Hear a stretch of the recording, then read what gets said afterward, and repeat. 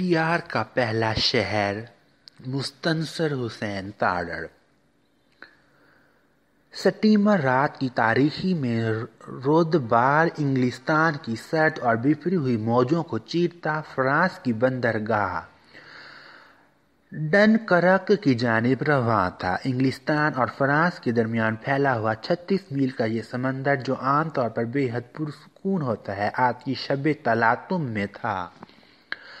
گپ اندھیرے میں لہروں کا بے پناہ شور اور تیز ہوا کسی بڑے طوفان کا پیش خیمہ تھی۔ تند لہریں سمندر کے سینے میں سے اپنا مہیب وجود ابھارتی اور ایک خوفناک دھماکے سے سٹیمر سے آ ٹکراتی۔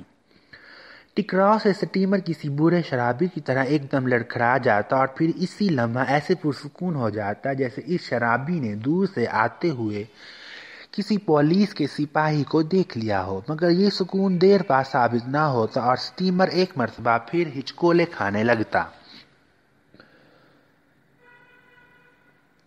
سانان اسی سٹیمر پر لندن سے پیرس جا رہا تھا۔ انگلستان کے ساحل پر ڈوور شہر سے متصل مشہور زمانہ سفید چٹانیں جو اندھیرے میں مٹیالی لگ رہی تھیں، آہستہ آہستہ دور ہوتی جا رہی تھیں۔ چٹانوں کے پہلو میں ڈوور کے قدیم قلعے کی سنگلاخ در و دیوار کی پرچھائیاں نظر آ رہی تھیں۔ قلعے کے درمیان بلند چبوتروں کو برقی روشنی سے منور کیا گیا تھا۔ لہروں کے شور اور گھپ اندھیرے میں قلعے کے برجوں میں سے پھوٹتی ہوئی ہلکی روشنی میں ایک مہیب اور سیاہ قسم کی خوبصورتی تھی، جیسے وہ آسیب زدہ ہوں۔ ڈوور کی سفید چٹانیں اور قدیم قلعہ صدیوں تک انگریزوں کے محکوم ممالک سے آنے والے باشندوں کے لیے مادر وطن انگلستان کی پہلی جھلک ہوا کرتے تھے، جنہیں دیکھ کر ان غلام روحوں پر وجد طاری ہو جاتا۔ سرکار برطانیہ، جس کی سلطنت پر کبھی سورج غروب نہ ہوتا، جو سمندر کی لہروں پر بھی حکمران تھی، اس عظیم سرکار کے دارالسلطنت لندن کا دروازہ ڈوور ان دنوں انگلستان ایک نک چڑھی سجی سجائی بڑھیا کی مانند تھا، جس کے قیمتی گہنے غلام قوموں کے خون پسینے کا ثمر تھے۔ اور پھر انہی محکوم ملکوں کے حریت پسند آگے بڑھے اور وہ تمام گہنے نوچ لیے جو اس بوڑھی ہراساں نے تہذیب کے نام پر ان کے بزرگوں سے ہتھیا لیے تھے۔ ہر زیور کے چھننے پر یہ بڑھیا بری طرح جھنجھلا اٹھتی اور وہ ایک نحوست آلود عفریت کا روپ دھار لیتی، مگر آج یہ بڑھیا بے حد پرسکون ہے۔ اس نے حالات سے سمجھوتا کر لیا ہے۔ عظیم ماضی کی یاد اب صرف قدیم شراب خانوں میں بیٹھے بوڑھے کھوسٹ انگریزوں کی بے ربط گفتگو تک محدود ہے۔ آج ڈوور کا قلعہ اور سفید چٹانیں ایک گم گشتہ تہذیب کی پرچھائیاں ہیں، جنہیں دیکھ کر صرف ان کا جمال دل پر اثر کرتا ہے، نہ کہ ان کا جلال۔ سانان بھی اس مرتبہ انگلستان کے ساحل پر ڈوور کے طلسمی قلعے اور سفید چٹانوں کو نظروں سے اوجھل ہوتے دیکھ کر جذباتی طور پر غیر متاثر رہا۔ اس کی وجہ شاید یہ تھی کہ ہسپانیہ اور اس کے درمیان فاصلے کم ہو رہے تھے۔ اس کا ارادہ تھا کہ شب پیرس میں بسر کر کے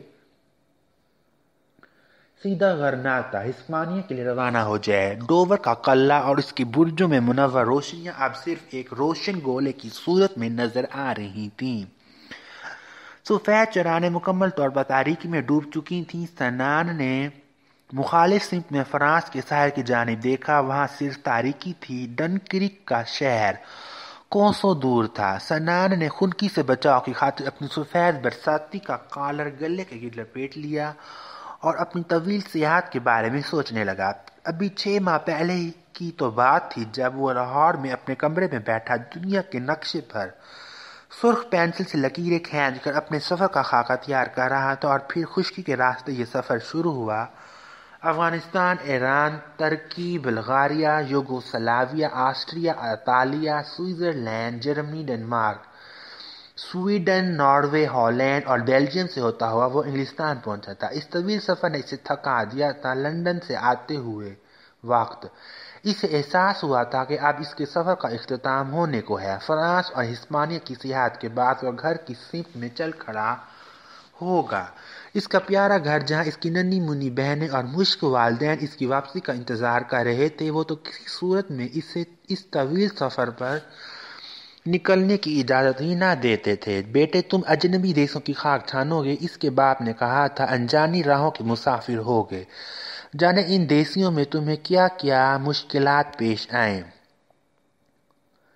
اور پھر تمہارے ساتھ کوئی حادثہ ہو جائے تو۔ یہ کہتے ہوئے اس کی آواز بھرا گئی تھی۔ حادثہ کہاں نہیں ہو سکتا ابا جان، اس نے ہنس کر کہا تھا، یہاں ہمارے گھر کے سامنے حال روڈ پر سڑک پار کرتے ہوئے بھی تو ہو سکتا ہے۔ ماں خاموش رہی، لیکن اس کی آنکھوں میں اتری ہوئی گہری اداسی اس بات کا پتہ دے رہی تھی کہ وہ بھی اپنے جوان بیٹے کے شوق کے سیاحت کو پسندیدگی کی نظر سے نہیں دیکھتی۔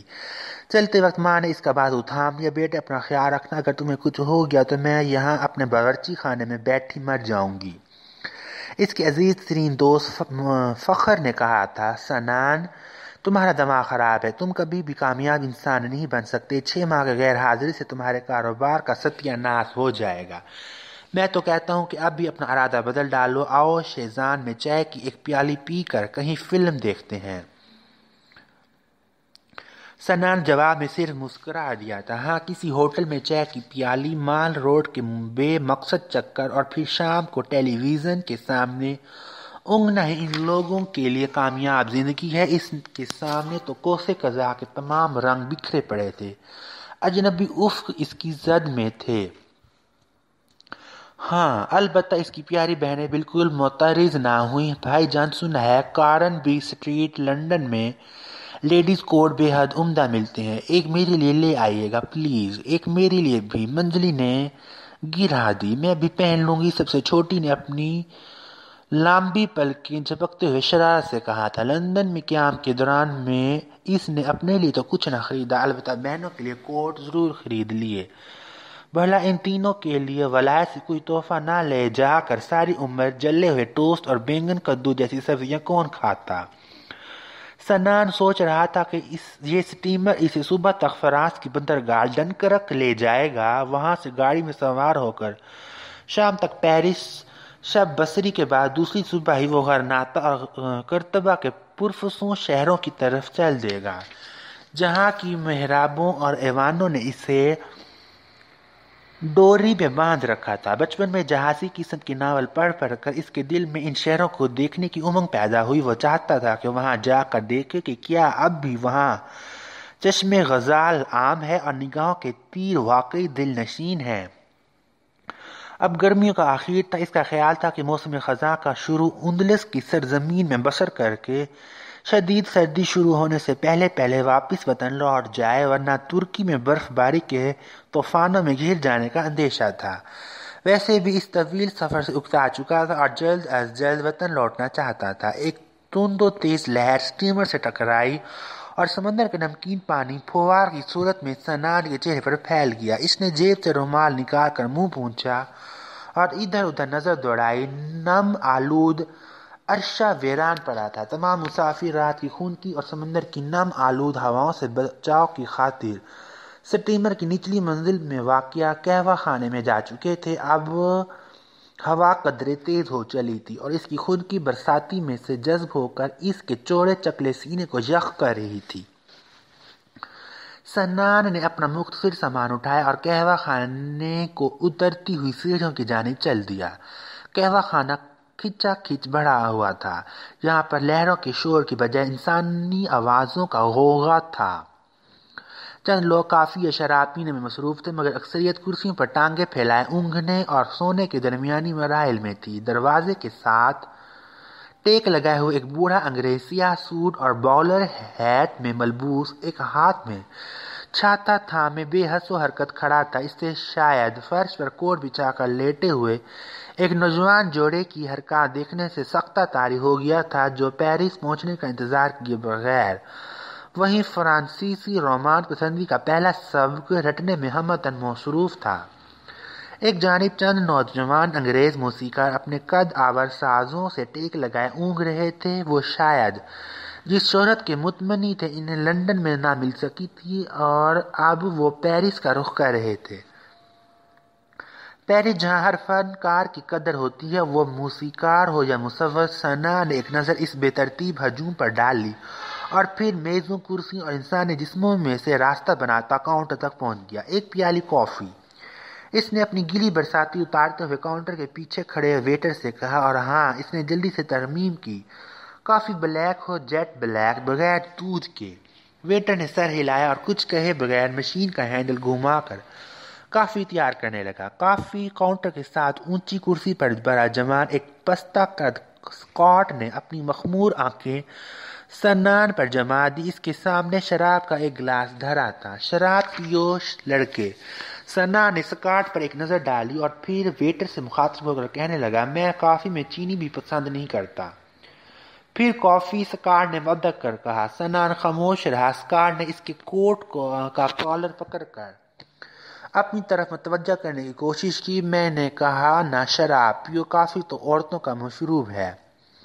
میں شراب نہیں پیتا، سنان نے اکتاہٹ سے کہا۔ میں پلا دیتا ہوں۔ اسکاٹ مصر ہو گیا۔ کہہ جو دیا کہ میں شراب نہیں پیتا، سنان نے غصے سے کوٹ کا کالر چھڑاتے ہوئے کہا۔ نہیں پیتے تو بے حد کورذوق ہو، میں تو تمہارے بھلے کی بات کر رہا ہوں۔ یہاں سٹیمر پر ٹیکس فری ہے اور آدھی قیمت پر ملتی ہے۔ اسکاٹ نے لرزتے ہاتھوں سے کاؤنٹر پر رکھا شراب کا گلاس اٹھایا اور منہ سے لگا کر گٹا گٹ پی گیا۔ ویٹر نے، جو شاید اسی انتظار میں تھا، کافی مشین کا ہینڈل چھوڑ کر الماری میں سے بوتل نکالی اور گلاس پھر سے لبالب بھر دیا۔ بوتل الماری میں واپس رکھ کر وہ پھر کافی بنانے میں مشغول ہو گیا۔ میں تو ہر ہفتے فرانس کا چکر لگا آتا ہوں، اسکاٹ نے گھونٹ بھر کر جھومتے ہوئے کہا۔ آپ کی وہاں رشتہ داری ہے کیا؟ سنان نے یوں ہی پوچھ لیا۔ رشتہ داری؟ اسکاٹ نے ایک بے ہنگم کہکا لگایا۔ اسکاٹ لینڈ کے باشندوں کی رشتہ داری صرف اسکاچ وسکی سے ہوتی ہے۔ زیادہ پی گیا ہے کم بخت۔ سنان نے اندازہ لگایا اور خاموش کھڑا رہا۔ دراصل رات کا سٹیمر صبح تک فرانس پہنچ جاتا ہے اور میں وہاں سارا دن کسی قہوہ خانے میں بیٹھ کر بوردو اور کونی، ایک ضلعوں میں اگائے جانے والے انگوروں کی شراب سے خز اٹھاتا ہوں، اور دوسری شب واپس انگلستان آ جاتا ہوں۔ سٹیمر کا 2 طرفہ کرایہ اسی کرسی پر بیٹھ کر سستی شراب پی کر ہی کر لیتا ہوں۔ بہت خوب، سنان نے طنزیہ انداز میں داد دی، اور جناب نے سیدھی سادی پتلون کی بجائے یہ لڑکیوں کا لباس اسکرٹ کیوں پہن رکھا ہے؟ لڑکیوں کا لباس؟ اسکاٹ نے اپنے 4 خانے والے رنگ دار اونی اسکرٹ کی طرف دیکھ کر حیرانی سے کہا۔ اسکرٹ تو لڑکیاں ہی تو پہنتی ہیں۔ ہو نہیں، اسکاٹ نے پھر ایک زوردار کہکا بلند کیا، اور یہ تو اسکاٹ لینڈ کے جری مردوں کا روایتی لباس اسکرٹ ہے۔ ہمارا قومی ہیرو روب رائے بھی یہی پہنا کرتا تھا۔ یہ روب رائے اسکاٹ لینڈ کا تھا کیا؟ 100% اسکاٹ۔ نام سے تو ہندو لگتا ہے، سنان نے بناوٹی حیرت سے کہا۔ تمہاری معلومات نہایت ناقص ہیں۔ اسکاٹ نے گلاس پھر خالی کر دیا اور اپنے گلٹ کو گھٹنوں پر پھیلاتے ہوئے کہنے لگا، ویسے یہ لباس ہے بڑے کام کی چیز، صرف تیز ہوا چلے تو مصیبت کھڑی ہو جاتی ہے۔ تو آپ لوگ اسے پہنتے ہی کیوں ہیں؟ میں تو صرف اس لیے پہنتا ہوں کہ فرانسیسی عورتیں اسے بے حد پسند کرتی ہیں، فدا ہو جاتی ہیں بس۔ اسکاٹ نے اپنا بدبودار منہ سنان کے پاس لا کر بڑے رازدارانہ لہجے میں بتایا اور پھر مسکرا کر کہنے لگا، ویسے فرانسیسی عورتوں کے بارے میں تمہارا کیا خیال ہے؟ کبھی ملنے کا اتفاق نہیں ہوا؟ کافی سر۔ ویٹر نے سفید جھاگ سے بھرپور کافی کی پیالی سنان کے آگے رکھ دی۔ سنان نے کافی کے پیسے ادا کر دیے۔ پستہ قد اسکاٹ نے، جس کی ذی ہوشی کی عمر اب ختم ہونے کو تھی، اس قابل نہ تھا کہ اس کی رفاقت میں بقیہ سفر خوشگوار طریقے سے کٹ سکے۔ چنانچہ سنان نے کافی کی پیالی کاؤنٹر سے اٹھا لی اور پیچھے مڑا۔ اسے کسی ایسی جگہ کی تلاش تھی جہاں بیٹھ کر وہ اطمینان سے کافی پی سکے اور ہو سکے تو بغیر سفر کے دوران میں تھوڑا بہت اونگ بھی لے۔ قہوہ خانے کی تمام میزیں پُر تھیں، کیوں نہ واپس عرشے پر ہی چلا جائے، سنا نے سوچا، اور وہاں خنکی کے باوجود سکون تو ہوگا۔ اور برساتی دوبارہ پہن کر قہوہ خانے دروازے سے باہر نکل گیا۔ سنان اوپر عرشے پر آیا تو وہاں اب بھی ویرانی کا راج تھا، البتہ طوفان کی شدت میں کمی واقع ہو چکی تھی اور سٹیمر نہایت پرسکون انداز میں فرانس کے ساحل کی جانب بڑھتا چلا جا رہا تھا۔ سٹیمر کے گرد بنے ہوئے آئینی جنگلے کے اوپر بندھے ہوئے رسے پر سے دو بلب جھول رہے تھے جن کی مدھم روشنی عرشے کے بھیگے ہوئے تختوں پر چمک رہی تھی۔ کیبن کی دیوار کے ساتھ خالی آرام کرسیوں کی ایک قطار تھی۔ سنان وہیں ایک کرسی پر بیٹھ گیا، جیب سے سگریٹوں کا پیکٹ نکالا اور ایک سگریٹ لگا کر منہ میں دبا لیا۔ اس نے بامشکل ایک دو کش ہی لگائے ہوں گے کہ بظاہر پرسکون سمندر میں سے ایک تند موج اٹھی اور سٹیمر کے ساتھ آ ٹکرائی۔ سمندر کا نمکین پانی اس کے پورے چہرے کو بھگو گیا۔ سگریٹ بجھ گیا۔ سنان زیر لب بڑبڑایا اور پھر گیلے سگریٹ کو عرشے پر پھینک کر کافی پینے میں مشغول ہو گیا۔ اس نے ایک چسکی لگا کر رسوں سے جھولتے ہوئے کمکموں سے پرے دیکھنے کی کوشش کی۔ وہاں صرف لہروں کا شور اور مکمل تاریکی تھی۔ تھوڑی دیر بعد اسے احساس ہوا کہ وہ عرشے پر اکیلا نہیں بلکہ ساتھ والی کرسی پر ایک اور مسافر موسم کی سختیوں سے بے نیاز ٹانگیں پھیلائے سو رہا ہے۔ اس نے سر سے پاؤں تک اپنے آپ کو ایک بھاری سرخ کوٹ سے ڈھک رکھا تھا۔ ایک دم سٹیمر کا گھگھیایا ہوا بھنپور زور سے بجا۔ اوہ کتنی سردی ہے، ہو۔ یہ سریلی اور تھرتھراتی ہوئی آواز ساتھ والی کرسی پر پڑے سرخ کوٹ میں سے آئی۔ سنان نے بوکھلا کر کافی کی پیالی عرشے پر رکھ دی۔ ہو سرخ کوٹ اب باقاعدہ ٹھٹھر رہا تھا۔ جواب تو دینا چاہیے، سنان نے سوچا۔ آپ کو کس بھلے مانس میں نے اس شدید سردی میں عرشے پر سونے کا مشورہ دیا تھا؟ اس نے اپنا منہ کوٹ کے اس بٹن کے پاس لے جا کر زور سے کہا جس کے آس پاس سریلی آواز کے کان ہو سکتے تھے۔ اوہ! کوٹ ایک دم اچھل پڑا۔ کالر کے سرے پر دو خوفزدہ آنکھیں جھانکنے لگیں۔ تم کون ہو؟ سرخ کوٹ نے یہ سوال ایسے ہی پوچھا تھا جیسے عام میل معمول کے درمیان مکالموں میں تم کون ہو پوچھا جاتا ہے۔ مسافر سنان نے معمول کی بحر میں جواب دیا۔ مدھم روشنی میں وہ صرف اتنا دیکھ سکا کہ عام میل لڑکی ہے اور بال لڑکوں کی طرز پر چھوٹے چھوٹے کٹے ہوئے ہیں۔ خوبصورت بھی ہے۔ آنکھیں جو خوف سے پھیلی ہوئی تھیں اب اصلی حالت پر لوٹ آئیں۔ کافی بڑی بڑی تھی۔ نیچے قہوہ خانے میں جگہ نہ تھی اس لیے یہاں آ کر سو رہی۔ میرا تو وہاں دم گھٹ رہا تھا، سرخ کوٹ نے آہستہ سے کہا۔ سنان نے اب اس انتظار میں تھا کہ سرخ کوٹ آنکھوں سے نیچے ڈھلکے اور وہ اس کے بقیہ خد و خال دیکھ سکے۔ آنکھیں اب آہستہ آہستہ نیند کے بوجھ سے بند ہو رہی تھیں۔ آہم! سنان نے گلا صاف کرتے ہوئے کہا، اگر آپ چاہیں تو میں آپ کو اپنی برساتی دے سکتا ہوں۔ سرخ کوٹ پر پھیلا لیجیے، پھوار سے بچاؤ ہوگا۔ اوہ! سرخ کوٹ نے صاف انکار کر دیا اور پھر اونگنے لگا۔ سنان کو نیند بالکل نہیں آ رہی تھی۔ اس نے سوچا اگر یہ لڑکی سو گئی تو صبح تک یوں ہی گم سم ہو کر بیٹھا رہنا پڑے گا۔ گفتگو جاری رہنی چاہیے۔ کیا آج واقعی بے حد سردی ہے؟ اس نے بات کو طویل دیتے ہوئے خوش دلی سے پوچھا۔ تمہارا کیا خیال ہے؟ میں صرف مشغلے کے طور پر ٹھٹھر رہی ہوں، کوٹ نے رکھائی سے جواب دیا۔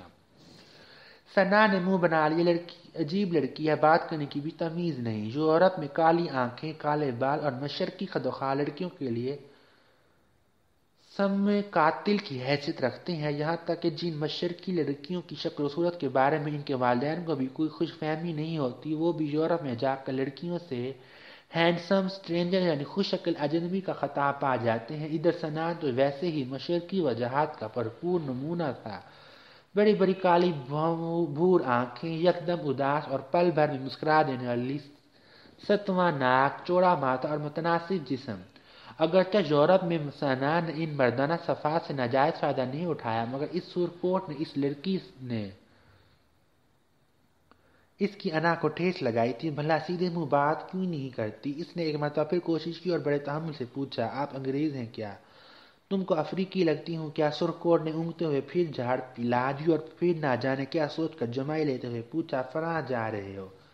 چہرے پر بلا کا بھول پن تھا۔ او نہیں تو کیا یہ سٹیمر افریقہ جا رہا ہے؟ اب سنان کی باری تھی۔ ظاہر ہے اس سٹیمر پر سوار تمام مسافر فرانس ہی تو جا رہی ہیں۔ لڑکی نے قہر بری نظروں سے سنان کی طرف دیکھا اور پھر ایک لمبی اوہ کہ اپنا کوٹ ان آنکھوں پر کھینچ کر خاموشی سے آرام کرسی پر لیٹ گئی۔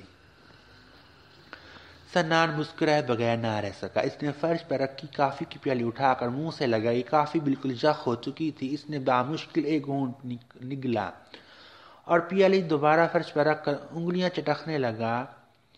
اب کیا کیا جائے؟ ساتھ والی کرسی پر لیٹا سرخ کوٹ بالکل بے حس و حرکت تھا۔ اس سے احساس ہوا کہ اس کا رویہ نہایت غیر معقول اور انتہائی غیر دوستانہ تھا۔ زیادتی بہرحال اس کی اپنی تھی۔ بھلا مزے سے سوتی ہوئی ایک خوبصورت لڑکی کے کان میں اس طرح تان لگا دینا کہاں کی شرافت ہے؟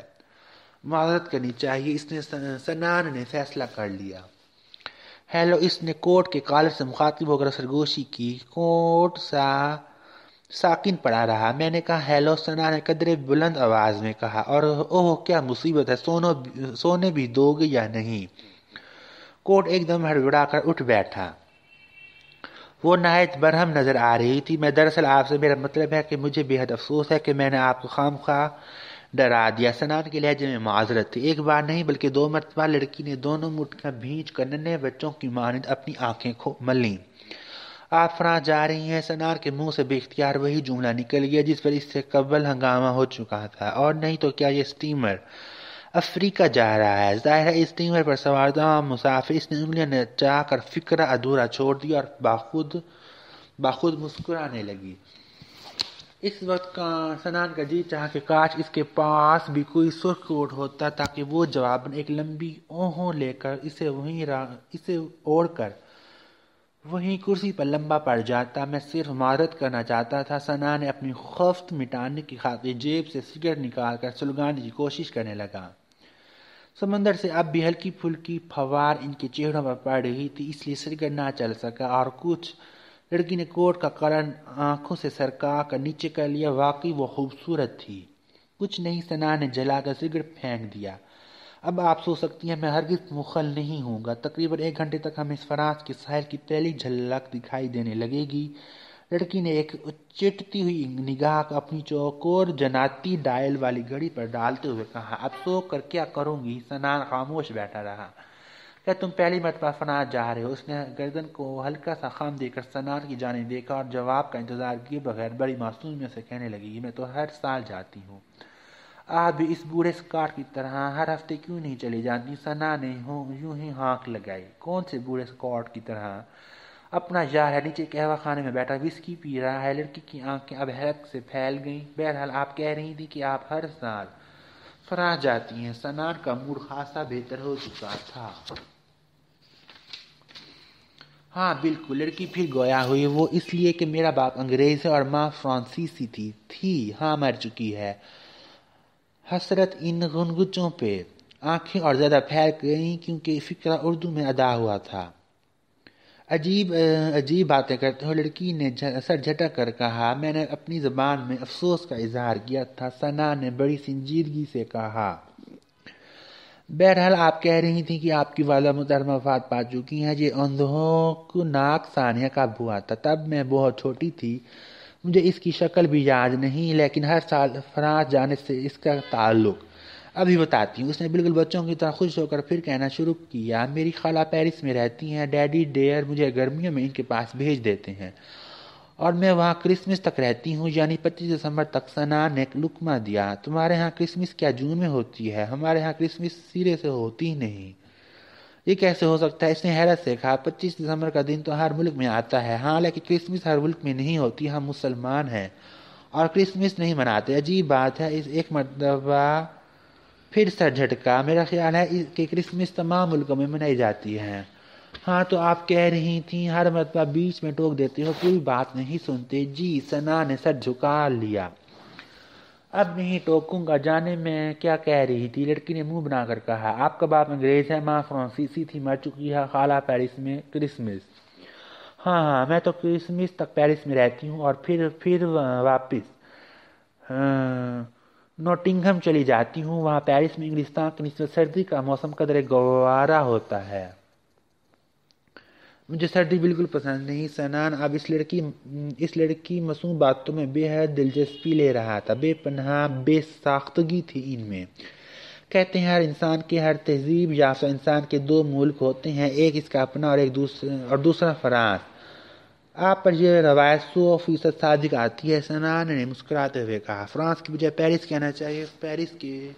پیرس بے حد حسین شہر ہے، خاص طور پر دریائے سین اور اس کے خاموش کنارے، جہاں میں ہمیشہ شام ڈلے سیر کو نکل جاتی ہوں اور رات گئے تک اکیلی گھومتی رہتی ہوں۔